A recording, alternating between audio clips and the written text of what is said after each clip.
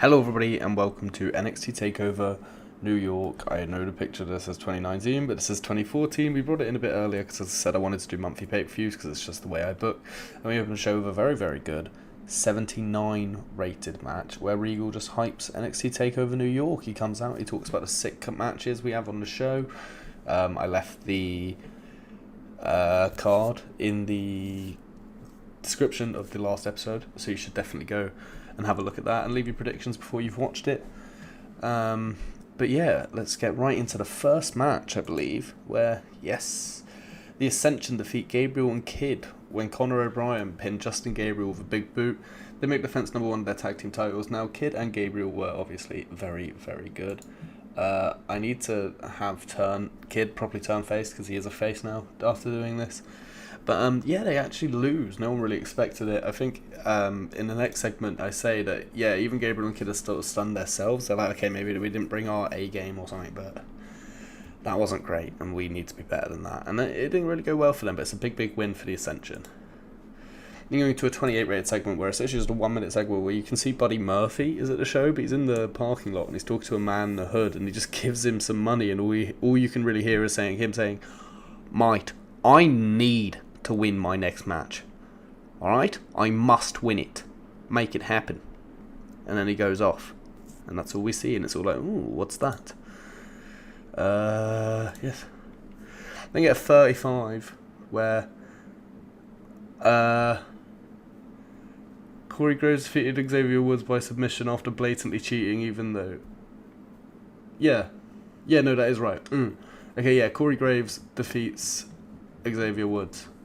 He cheats, but Xavier Woods is now going to be leaving the company. And that match was actually a hardcore match, by the way. I forgot to put the segment in because I had to rebook this twice. I haven't run the show yet, but I messed up with where I put it. Then I realised I didn't save the show before I started recording. And one angle was in the wrong place.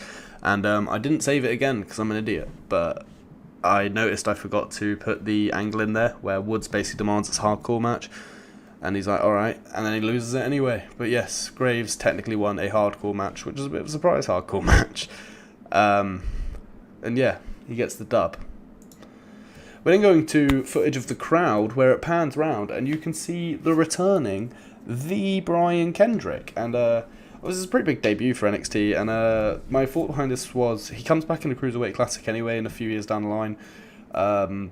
He'd be really good for our roster right now. He'd really help elevate a few guys on there with a few feuds, and he could definitely do really well floating between the main event up mid-card scene and really help us out in gaps that we'll find within the roster. And obviously, like, they brought back Drew McIntyre and such. They definitely aren't opposed to rebuilding older stars in NXT. And I think the Brian Kendrick could be a really good one to do that with. And his gimmick gets really good, very good as well, which is really cool to see. Then into the women's title match. It got to 19. It really sucked. But Charlotte defeated Sasha Banks with a figure 8 leg lock. Charlotte makes defense number 1 of her NXT women's title. Both women performing pretty poorly. But yeah, Banks is obviously like raging about this, and she's just Charlotte's celebrating, but Banks is kind of there screaming like, Becky, where are you? Where's Becky? And obviously she's a bit angry, and obviously maybe there was a bit of a plan there that didn't quite work out the way she expected. Then to a 53, just a recap of the entire feud between Breeze and Neville before the match takes place. Obviously Regal is in there because he was a big part of the feud, as he is in the hype package for Zayn and Dallas later. And he helps the rating a bit, give it a bit more heat, and hopefully get a really good world title match out of this. And it gets a 48, which we'll definitely take. And Tyler Breeze defeats Adrian Neville in 18 minutes and 24 seconds with an implant DDT. Breeze wins the NXT Heavyweight title. Fun fact, Neville got called up, so Neville is leaving.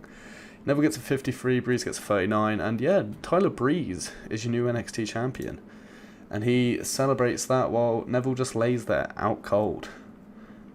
Pretty big for Neville. Not for Neville, pretty big for Breeze. Hopefully he can take this and run with it somewhere. But we'll see in the coming NXTs.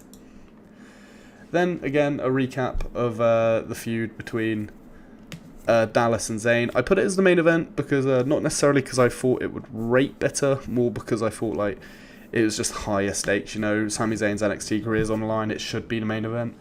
And we get a recap of the feud. Sami Zayn gets like a live music entrance as you would at NXT Takeover, and it will be his last NXT intro.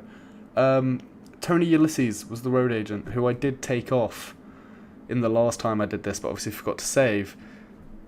So great, he ruined the match. But Sami Zayn will not be making another entrance for NXT because Sami Zayn is leaving NXT. He has also been called up. Literally after the first show I booked, the 2 call-up notes I got were Sami Zayn and Adrian Neville.